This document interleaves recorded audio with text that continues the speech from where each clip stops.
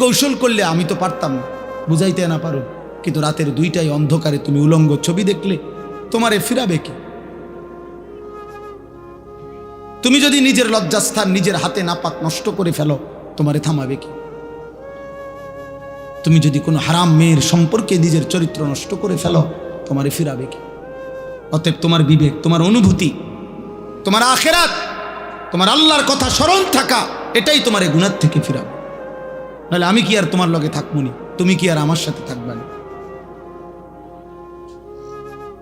এই জন্য আমরা বিবেক জাগাইতে চাই। একজন হোক, কোনো অসুবিধা নেই।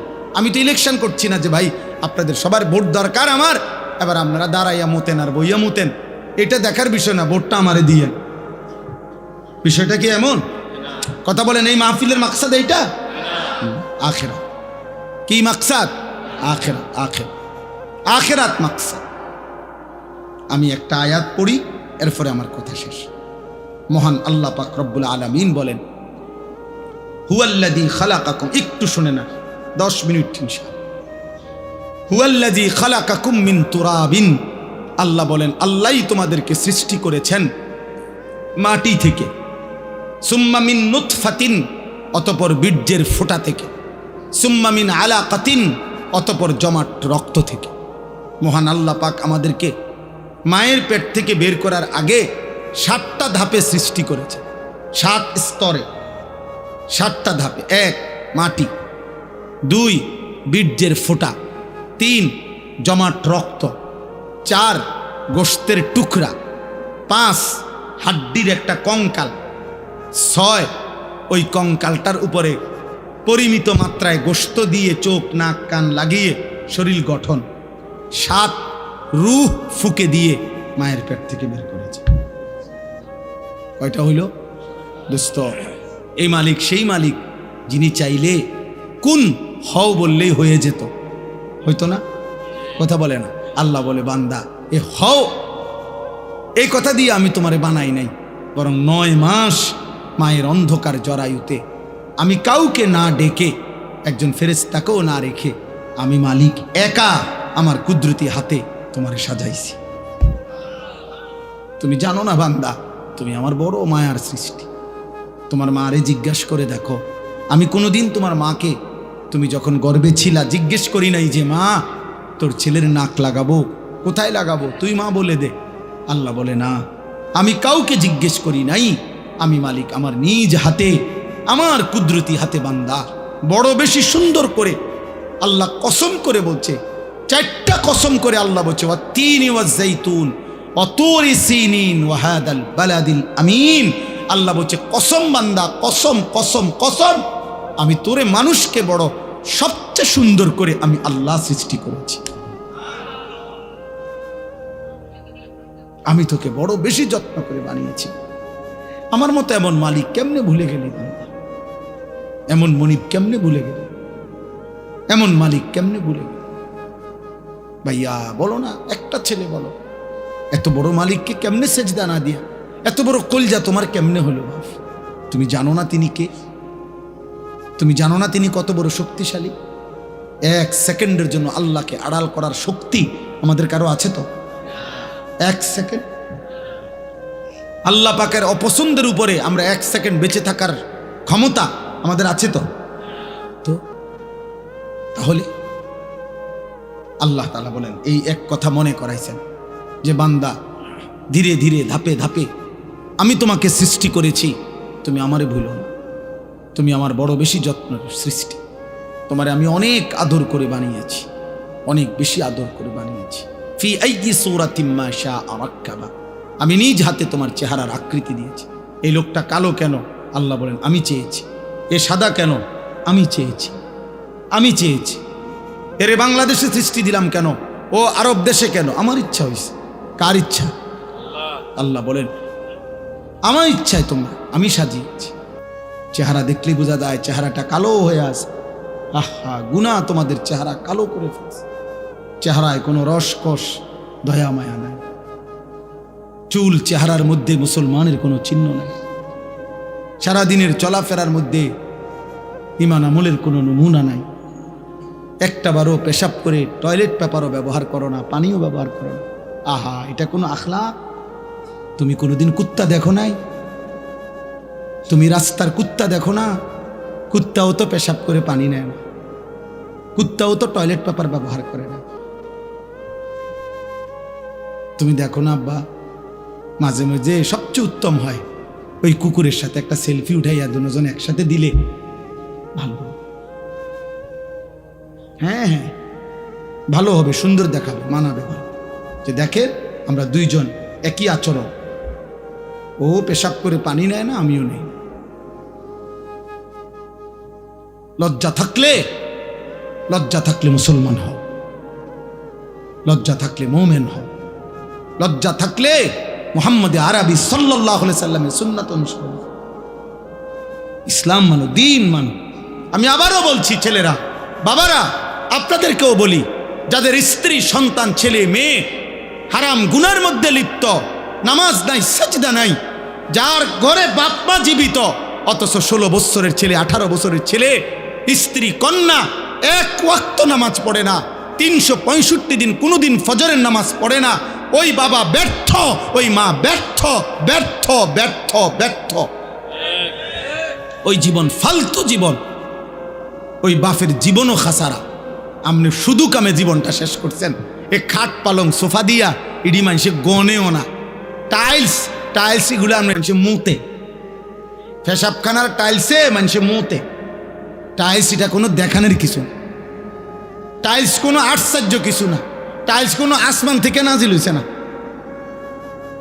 অতএব আপনি বিল্ডিং দেখান কীর্তেন, সোফা আসমান থেকে নিয়ে আসছে না, কোরআন আসছে?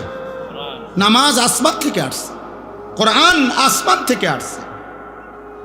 অতএব সম্মান ইজ্জত সেজদার মধ্যে, সম্মান ইজ্জত আল্লাহর কোরআনের মধ্যে। আল্লাহ আমাদেরকে বুঝ দান করে।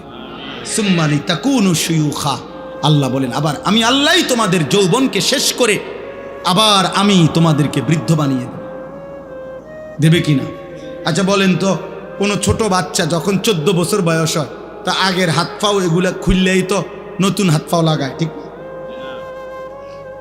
কোনো মানুষের বয়স যখন 60 হয়, তো তখন যৌবনকালের শক্তিশালী মজবুত হাত এগুলা খুইলা এরপরে বুড়ার থুত্থুরা হাত পাও আটটা লাগায় নাকি? না, একই দেহে এই আগের হাত পাওই, ওইটার মধ্যে একবার ছোট্টবেলার দুর্বলতা, একবার যৌবনকালের শক্তি, আরেকবার বৃদ্ধকালের দুর্বলতা, তিনটাই এই পরিবর্তন করছে কে?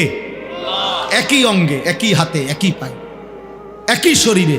কি আশ্চর্য বিষয়, কি অবাক করা বিষয় যে এটাই সেই শরীর, এটাই সেই হাত যেটা ছোট্টবেলায় ছিল দুর্বল, যৌবনকালে ছিল সবল, বৃদ্ধকালে আবার হয়ে গেল দুর্বল। আল্লাহ বলেন অমিনকুম মান ইউতাওয়াফা মিন ক্বাবলু, আর আমি আল্লাহ, মনে রাখবা এই তিনটা তো আমিই বানাই। শিশুকাল কে দেয়? যৌবনকাল কে দেয়? বৃদ্ধকাল কে দেয়? আল্লাহ বলেন এটা যেমন দেই, আবার এটাও মনে রাখবা সকলকে আমি এই 3 কাল পুরা দেই না, বরং অনেককেই আমি আল্লাহ যৌবনে পৌঁছবার আগে আগেই, বৃদ্ধে পৌঁছবার আগে আগেই আমি আল্লাহ মৃত্যু দিয়ে ফেলি। দেয় কি না? যে এই বাচ্চা জন্ম নেয়, ওই তো 60 বছর পর্যন্ত হায়াত পায়, জন্মিলেই কি বুড়া হয়? জন্মিলেই কি যুবক হয়? 3 বছরের বাচ্চা কবরে নাই, 30 বছরের যুবক কবরে নাই, 6 বছরের বাচ্চা কবরে নাই। অমিনকুম মান ইউতাওয়াফা মিন ক্বাবল, আল্লাহ বলেন আমি কিন্তু সকলকে বৃদ্ধ পর্যন্ত পৌঁছাই না, তার আগেই মৃত্যু দিয়ে ফেলি। তাইলে এখানেও তুমি ভাবো যে তুমি আগামীর ঘন্টা, আগামীর মিনিট, আগামীর সপ্তাহ, আগামীর বছর বাঁচবা, তার কোনো নিশ্চয়তা নাই বান্দা। অতএব আজই গোলামি করো, আজই বন্দিগি করো, আজই ইবাদত করো। আহা বাপ, কি করলা, কি করলা আব্বা? এ কেমন জীবন বানাইলা তোমরা? তোমাদের অগণিত বেনামাজি ছেলের চেহারা দেখে বোঝা যাচ্ছে কতদিন হয় নামাজ পড়ো না, তুমি জানো না। 365 দিনে খোদার 1 বছরে কোনো দিন ফজরের নামাজ পড়লা না। মুসলমান এত নিকৃষ্ট হয়? নবী সাল্লাল্লাহু আলাইহি সাল্লাম বলছে যে ফজরের নামাজ পড়ে না সে মুনাফিক। খোদার কসম, নবী বলছে মুনাফিক। ও মুনাফিক, ও মুনাফিক। নবীজি বলছে লোকটা মুমিন না বেঈমান, কাফের পার্থক্য করার চিহ্ন হইল নামাজ। আগা কাটা না, আগা কাটা দিয়া মুসলমান আর অমুসলমান নির্বাচিত হয় না। কথা বোঝেন নাই আমি? যদি বলে না আগা কাটছে এই কারণে আবার অমুসলমান হয়েছে, তো তাহলে 6 বছরের বাচ্চা অমুসলমান, 4 বছরের বাচ্চা যাতে ওনা আগা কাটে নাই তে অমুসলমান, তো তাইলে হেইতে মুসলমান হইব কেমনে? তাহলে কথা বোঝেন নাই? আমরা দিয়ে কয় যে আগা কাটলে কয় মুসলমানই করাইছে, মুসলমানই আবার করায় কেমনে? মুসলমান বুঝি এটা করাই না জিনিস, মুসলমান তো হয় না, পরিচয় না। তো তাহলে ও যদি এখন 7 বছর বয়সে 8 বছর বয়সে তারা যদি খতনা করায়, এখন যদি সে মুসলমান হয় তো আগে কি আছিল? ও মুসলমান। কথা বলেন না? আগে মুসলমান থাকলে তো অন কি মুসলমান হয়েছে আবার? বলেন, আপনি যুক্তিতে বলেন, ইনসাফে বলেন, আগে কিটা ছিল? তাহলে জন্মের পরে বাচ্চা মুসলমান না? ছোট্ট কোলের বাচ্চা মুসলমান না? তাহলে তারা আজান দিল কেন? তার কানে একামত দিল কেন? তারে হুজুর আইনা দোয়া করাইলো কেন? তার জন্য মুসলিম নাম রাখলো কেন? তার আকিকা করাইলো কেন? মুসলমান দেখেই তো করাইছে। এজন্য দোস্ত, আল্লাহ নবী সাল্লাল্লাহু আলাইহি সাল্লাম বলেছে বাইনার রাজুল ওয়া বাইনা শিরকি ওয়াল কুফর তারকুস সালাহ। কোন ব্যক্তি মুমিন না মুশরিক এটা পার্থক্য করার চিহ্ন হলো নামাজ পড়া বা না পড়া এর ভিত্তিতে। চলো ভাইয়া, ভাতে তো খাও, আর কি থা, দুনিয়াই তো ভোগ করো না। তোমার রাত যখন ভোর হয় আমার রাতও তখনই ভোর হয়। তোমার জন্য যখন সূর্য ডুবে আমার সূর্য তখনই ডুবে। হ্যাঁ নাফরমান, মনে রেখো তুমি আগায় না। 5 ওয়াক্ত নামাজ পড়নেওয়ালার ভোর যখন হয় তুমি নাফরমানের ভোরও তখনই হয়। পৃথিবী সমান তালেই আগায়, রাত্র সমান তালেই শেষ হয়। সব রাতই ভোর হয়, বাসর রাতও ভোর হয়, ফাঁসির রাতও ভোর হয়। কিন্তু আখেরাত একসাথে চলবে না, দুনিয়া একসাথে চলতেছে। দুনিয়া সুখে দুঃখে একসাথেই চলে, নাফরমান আর ইমানদার একসাথেই চলে, আখেরাতে একসাথে চলবে না। আজকে এখানে তো সবাই বসছো, নামাজিরাও বসছে, বেনামাজিও বসছো। হাসরের ময়দানে এমন দাঁড়াইতে পারবা না, আল্লাহর কসম। বসার তো সুযোগই নাই, দাঁড়াইবারও সুযোগ থাকবে না একসাথে। কোরআনুল কারীমে সূরা ইয়াসিনে আছে, আল্লাহ পাক ফেরেশতাদেরকে বলবে ওয়ামতাজুল ইয়াওমা আইয়ুহাল মুজরিমুন। প্রথম নাফরমানদেরকে বলবে, এই নাফরমান, বেঈমান, মুশরিক, মুনাফিক, পাপী, মুজরিম, আজকে হাসরের ময়দানে আমার ইমানদারদের লাইন থেকে বের হও, আলাদা হও। ফেরেশতারা বলবে, আল্লাহ নাফরমান চিনব কেমনে? আল্লাহ বলবেন ইউরাফুল মুজরিমুনা বিসীমাহুম। প্রত্যেক পাপীর পাপের চিহ্ন আমি আল্লাহ তার চেহারার মধ্যে ভাসিয়ে দেব। তোমরা যাও, যাও, গেলেই দেখবা চেহারায় কম্পিউটারের মতো, কম্পিউটারের মনিটরের মতো, স্ক্রিনের মতো তার চেহারার মধ্যে সুদের চিহ্ন, ঘুষের চিহ্ন, চুরির চিহ্ন, ডাকাতির চিহ্ন, জিনার চিহ্ন, ব্যভিচারের চিহ্ন, নগ্ন নারীর চিহ্ন, হারাম দৃশ্য, হারাম গুনাহ আমি তার চেহারায় ভাসায় দেব। তোমরা দেখেই চিনবা। এরপরে কি করবে? ফায়ুখাযু বিন নাওয়াসি ওয়াল আকদাম। আল্লাহ বলেন ফেরেশতারা তখন ওই নাফরমানকে তার মাথার চুলের অগ্রভাগ এবং 2 পাও ধরে, এই চুল ধরলে আর 2 পাও ধরলে এইটি কি সোজা থাকবে না? বুঝেন না হিসাবটা? এমনি যদি ধরে আর পাও যদি ধরে তখন কি হবে? এটা ছাগলের বাচ্চা যেমনি আলগি দেয় এইভাবে আলগি দিয়া ধইরা একটা আসার দিয়া জাহান্নামে ফেলে দেবে। যা নাফরমান, না নাইলে এমনি ধরবে কেন? বলেন না কেন? তো এমনি ধরার কথা না, মাথার চুল আর 2 পাও ধরবে কেন? তাহলে এমনি ধরলে এই এমনি আলগি দিবে, আলগি দিয়া ছুঁড়ে মারবে জাহান্নামে। খুযুহু ফাগুল্লু সুম্মাল জাহিমা সাল্লু। কোরআনে আল্লাহ বলছেন, আল্লাহ জাহান্নামীদের ব্যাপারে হাসরের দিন বলবে, আমার ফেরেশতারা ওরে ধর, ওরে ধর, ধর, খুজুহু, তাকে ধরো, ফাগুল্লুহু, বেঈমানরে বাঁধো, ফাগুল্লুহু অর্থ হলো বেঁধে ফেলো, বেঁধে শক্ত করে বাঁধ দিবা, টাইট করে বাঁধ দিবা। আচ্ছা কেমনে বাঁধ দিবে জানেন? বলি, ওই ভাই শুনবা? তাফসীরের মধ্যে আছে, কেমনে বলবো এটা? ওফ, কোন মানুষকে যে সেলাই করে, অ্যাক্সিডেন্ট হইলে যে মানুষকে সেলাই করে না, এই সেলাই মানে কি? সেলাই মানে হলে এই সুই দিয়া সুতা গোস্ত সহ এরপরে উঠাইয়া বাঁধে, এটারই তো কয় সেলাই। 3টা সেলাই লাগছে, 5টা সেলাই লাগছে কয় না? খোদার কসম তাফসিরে লিখছে, নাফরমানকে ফেরেশতা এইভাবে, যেইভাবে চামড়া সেলাই করে অ্যাক্সিডেন্টের রুগীর সুই দিয়া সুতা দিয়া, এইভাবে সেলাই করে করে বাঁধে।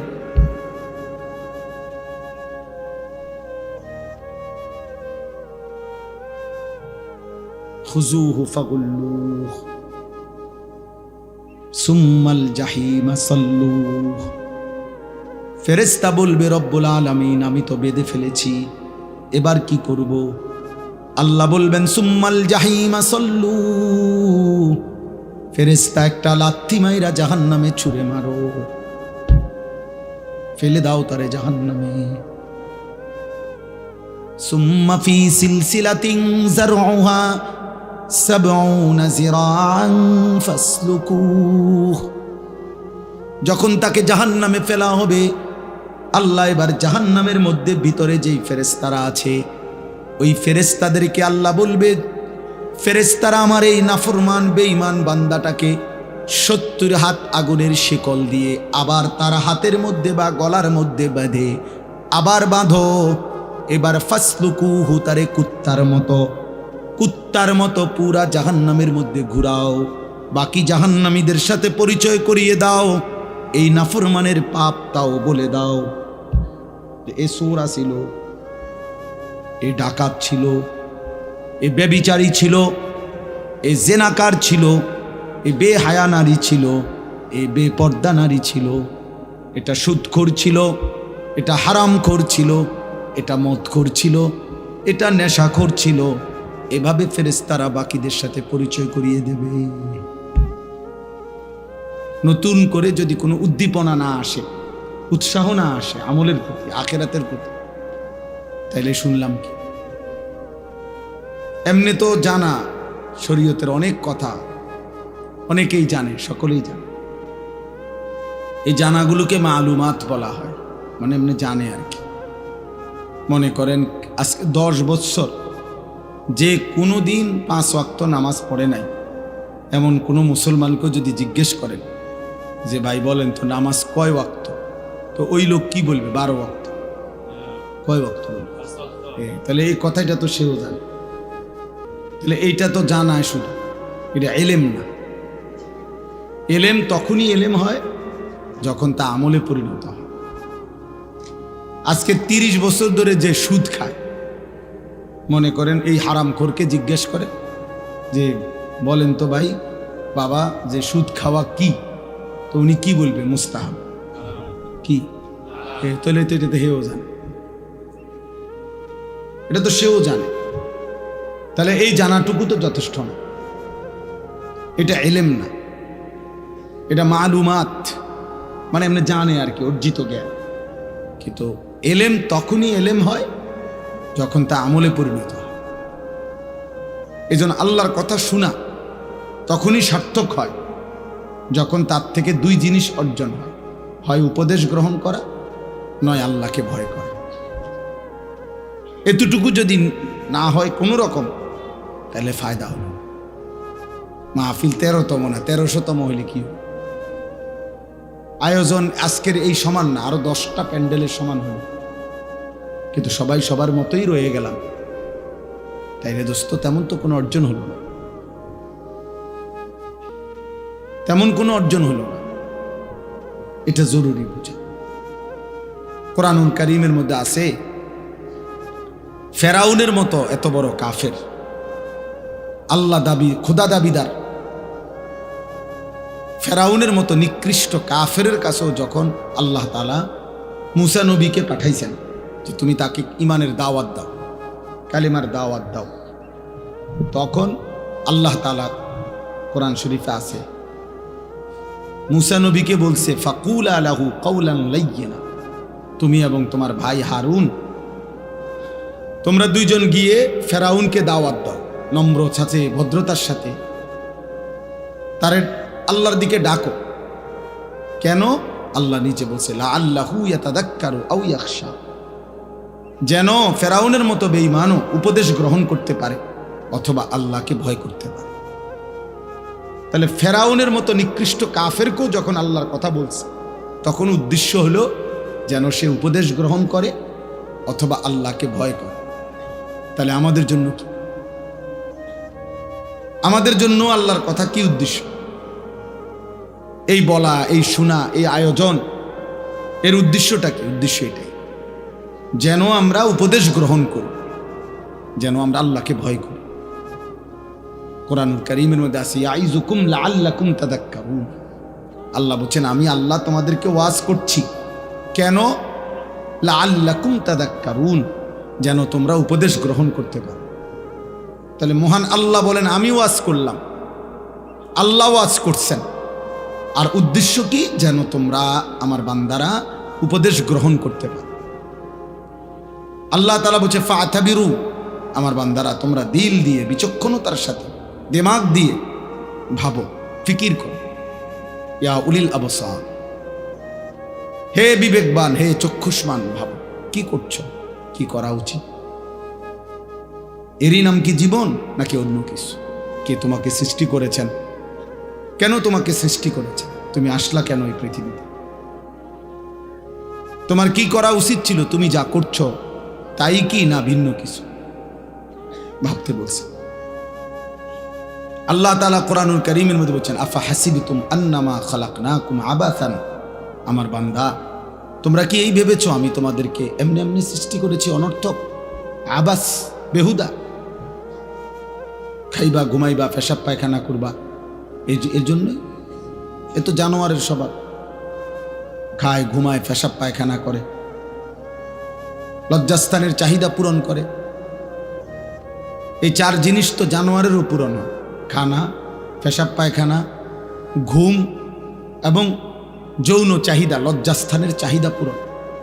এই চার জিনিস, এটা তো জানোয়ারেরও পূরণ। একটা কুত্তাও তো খায়, ঘুমায়, পেশাব পায়খানা করে, কুত্তারও তো যৌন চাহিদা পূরণ হয়, নাহলে কুকুরের বাচ্চা হয় কেন? তাইলে দোস্ত জীবন মানে যদি হয় এই চারটাই, খাইলাম, ঘুমাইলাম, পেশাব পায়খানা করলাম, আর লজ্জাস্থানের চাহিদা পূরণ করলাম, হালাল বা হারাম যেমনি ভাবে, এতটুকুর নামই যদি হয় জীবন, তো জানোয়ারের সাথে তফাৎ কি? কুকুর বিড়ালের সাথে পার্থক্য কি? হাইওয়ান, জন্তু, জানোয়ারের সাথে পার্থক্য কি? দুনিয়া তো আমাদের চাইতে তারা বেশি ভোগ করে, জানোয়ার। একটা হাতি, গবেষকদের কথা হলো বন্য হাতি একদিনে 250 কেজি খাবার খায়, 90 লিটার পানি পান করে। একটা তিমি একবারে 200 জন সামর্থ্যবান যুবকের সমপরিমাণ খাবার খায় একবার। একটা বাঘ তো কোনোদিন গোশত ছাড়া ভিন্ন কিছু খায় না। একটা সিংহ তো কোনো বেলা গোশত ছাড়া ভিন্ন কিছু খায় না। একটা ভাল্লুক তো গোশত ছাড়া ভিন্ন কিছু খায় না। তাহলে জঙ্গলের হাজারো প্রাণী আছে যারা আমাদের চাইতে দুনিয়া বেশি ভোগ করছে। তাহলে তুমি আর আমি ভাইয়া বেশি কি ভোগ করব? কোনো বেলা ফাঙ্গাস, কোনো বেলা তেলাপিয়া, কোনো বেলা ফার্মের মুরগি, কোনো বেলায় কক মুরগি, শাক, আলুর ভর্তা, ডাল, এই তো সামান্য। এই জন্য আমাদের ইনসাফের সাথে ভাবা উচিত। দোস্ত আমার, বন্ধু আমার, বাপ আমার, প্রিয় ভাই আমার, কষ্ট হইলে তুমি চলে যাও, কোনো সমস্যা নেই। তুমিও থাকবা না, আমিও থাকবো না। এখানে আমরা কেউই বসতে আসি না। এই ঘন্টা খানিকের ভিতরেই দেখবো এটা খালি হয়ে গেছে। আমার জীবনে আমি বহুবার এরকম প্যান্ডেলে দাঁড়াইয়া মাহফিল শেষ হওয়ার পরে অনেক দিন আমি দেখছি, এই ছেলে অপদার্থ, ওটা বেটা এখান থেকে বেটা, ফালতু কোথাকার বেটা।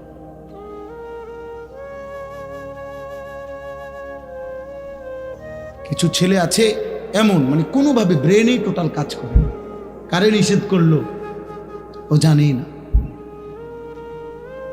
আফসুসের ব্যাপার, আফসুস। ন্যূনতম ব্রেন কোনো কাজ করে, আহা এই পরিমাণ মাসহুর মানে জাদুগ্রস্ত মোবাইল আজকে তোমাদেরকে সেহের করলে, কোনো মানুষকে জাদু করলে ওর নিজস্ব ব্রেন বুদ্ধি বিবেক কাজ করে না। তুমি জিজ্ঞাসা করো। ঠিক অসংখ্য ছেলে তোমাদেরকে মোবাইল এমন মাতাল বিকৃত মাথা বানায় ফেলছে, তোমাদের নিজস্ব আত্মপরিচয় কারণ কাজ করে। তোমার একবারও মনে হয় না যে তোমার সৃষ্টিকর্তা কে, তোমার একবারও মনে হয় না তোমার সৃষ্টি করলেন কে। তোমার একজন নবী ছিলেন, তোমার একটা ধর্ম আছে, তোমার একটা কিতাব আছে, তোমার একজন মা আছে, বাবা আছে, তোমার একটা বংশ পরিচয় আছে, তোমার একটা ধর্মের পরিচয় আছে, তোমার সৃষ্টিকর্তা আছে। তোমাকে তার কাছে ফিরতে হবে। কি করতেছো বাপ? এতটুকু আত্ম অনুভূতি যার ভিতরে নাই, যে নিজের বিবেক নিজের মধ্যে জাগে না জাগে, সে আসলেই সুস্থ না, স্বাভাবিক না, এ প্রতিবন্ধী, এ মানসিক বিকারগ্রস্ত, মাতাল। এই জন্যই বললাম, আল্লাহ বলছেন আফা হাসিবতুম আন্নামা খালাকনাকুম আবাসান, বান্দা তুমি কি এই ভেবেছ যে আমি তোমাদেরকে অনর্থক বানিয়েছি? ওয়া আন্নাকুম ইলাইনা লা তুরজাউন, এবং আল্লাহ বলেন আর এটাও কি ভেবেছ, মনে করছো যে তোমরা আমার কাছে আসতে হবে না? কি এটা ভাবছেন আপনারা? আল্লাহর কাছে ফিরতে হবে না? বলো না ভাইয়া, বলো, নওজোয়ান ভাই বলো, আল্লাহর কাছে ফিরতে হবে না? তাইলে তো ওনার কাছে কিভাবে দাঁড়ায়? বলো না আব্বা, আজকে সারাদিনে এক ওয়াক্ত নামাজ, ফজর জোহর আসর মাগরিব এশা, মাত্র 14 বছর 16 বছর বয়স, এত কম বয়সে এত বড় গাদ্দার হইলা যে একটা ওয়াক্ত নামাজ পড়লা না, একটা সেজদা দিলা না। মুসলমানের বাচ্চা এত বড় নিকৃষ্ট হয়, মুসলমানের ঘরে এত বড় বেয়াদব হয়, মুসলমানের ঘরে এত বড় অসভ্য হয়, মুসলমানের ঘরে এত বড় জানোয়ার ঘুমায়। এ তো মানুষ না, নিশ্চিত সে মানুষ না বাপ। যার কপালে সেজদা নাই সে শয়তান। ইবলিসকে শয়তান বলা হয়েছে কেন বলেন? আব্দুল মতিন ভাই বলেন, কোন দিন থেকে শয়তান বলা হয়েছে? যেদিন সেজদা ছুটে গেছে। এর আগে কি সে শয়তান ছিল? ইবলিসকে কি এর আগে শয়তান বলা হইতো? এর আগে ছিল সে মুআল্লিমুল মালাইকা, সে ছিল ফেরেশতাদের শিক্ষক। যেদিন সেজদা ছুটে গেছে, একটা সেজদা দেয় নাই, আল্লাহ বলছে আজকের থেকে তুই শয়তান, আজকের থেকে বেঈমান তুই শয়তান, ফাখরুজ। আল্লাহ বলছে আজকের থেকে বের হ, বের হ এখান থেকে, ফা ইন্নাকা রাজিম, তুই অভিশপ্ত। কোরআনে আল্লাহ বলছে ওয়া ইন্না আলাইকা লানাতা ইলা ইয়াউমিদ্দিন। আল্লাহ বলছে বেঈমান মনে রাখবি, কেন সেজদা দিলি না? আজকের থেকে নিয়ে কিয়ামত পর্যন্ত, ইলা ইয়াউমিদ্দিন, কিয়ামত পর্যন্ত তোর উপরে আমি আল্লাহর লানত। কোরআন শরীফের আয়াত দোস্ত, চালাক মনে করো না। মোবাইলে বেডি গদ্দু চাইলে এত চালাক হয় না, মোবাইলে উলঙ্গ ছবি দেখলে এত চালাকের কিছু নাই। এটা অসভ্যতা, এটা চালাকি না, এটা চরিত্রহীনতা, এটা লাম্পট্য। পেশাব করে পানি না নিলে এটা কোনো বুদ্ধিমানের কিছু না, এটা অসভ্যতা। এটা চালাক কয় না। পৃথিবীর কোনো ডিকশনারিতে কাউকে এক কথা বলছে কালেমা পড়ছে, কাউরে 21 বছর বলছে, 23 বছর বলছে, তবুও সে কালেমা পড়ে না। এমন বহু কাফের ছিল যারা 23 বছর পুরা নবীরে দেখছে কিন্তু কালেমা পড়ে না। আবার কাউরে এক কথা বলছে, চেহারার দিকে তাকাইছে। হযরত আব্দুল্লাহ ইবনে সালাম মদিনার ইহুদিদের সবচেয়ে বড় জ্ঞানী পাদ্রী ব্যক্তি ছিলেন, অত্যন্ত পণ্ডিত ছিলেন ইহুদিদের। তিনি নবীজি যখন মদিনায় আসছেন, উনি আসছিলেন নবীজির সাথে বিতর্ক করতে, বিভিন্ন আসমানি কিতাবের বিভিন্ন কঠিন কঠিন প্রশ্ন করার জন্য নবীজির সামনে আইসা বসছে। আইসা মাত্র রেডি হইয়া কিতাব টিতাব সাইয়া আইসে নবীজিরে বহস কইরা হারাইয়া দিবে। এই সময় আইসা উনি বলছেন কিতাবে আছে আমরা পড়ছি। উনি আইসা নবীজির সামনে বসছেন, বৈশা উনি নিজেই বলছেন ফানাজারতু ইলাইহি, আমি মুহাম্মদের চেহারার দিকে তাকাইলাম, কিছুক্ষণ তাকিয়ে থাকলাম, ওয়া তাআম্মালতু, আর তাকিয়ে তাকিয়ে ভাবলাম, কিছুক্ষণ ভাই আমি বুঝলাম, ফাআলিমতু, আমি বুঝলাম, আন্নাহু লাইসা বিওয়াজহিন কাযাবিন, এটা কোনো মিথ্যাবাদীর চেহারা হইতে পারে না। ফাআসলামতু, আমি কালেমা পড়ে মুসলমান হয়ে গেলাম। কোনো কিছু শুনে নাই, কিচ্ছু বলতে হয় নাই, চেহারাই ইমানের দাওয়াত হয়ে গেছে। আবু তালেব নবী সাল্লাল্লাহু আলাইহি সাল্লামের পাহারাদারি করছে 38 বছর। 38 বছর